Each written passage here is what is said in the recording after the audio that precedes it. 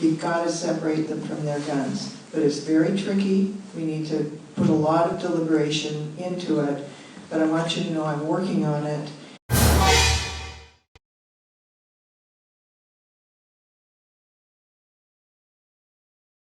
This is a 35-day session, so the initiatives that we're able to do are by definition limited. Representative Williamson has hit the sweet spot with her bill to close the Charleston loophole. I think that's doable, but you should also know that there are other things going on.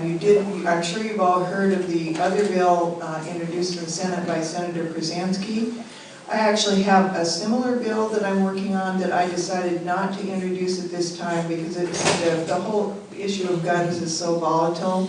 And I've actually got a bipartisan group set up who's interested in working very seriously on the issue of not just mental health, but crisis situations where guns are involved. And as Representative Williamson said, it's primarily suicide.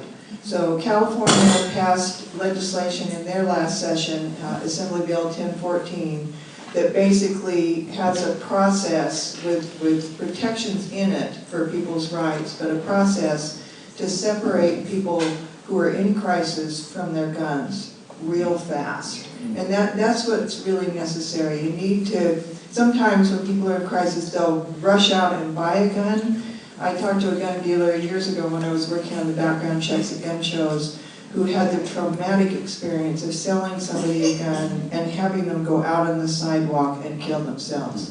So this is a legitimate discussion. It needs to be had.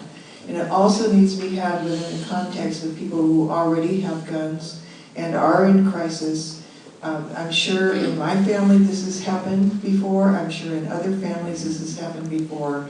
When someone is suicidal or a danger to someone else, you've got to separate them from their guns. But it's very tricky. We need to put a lot of deliberation into it.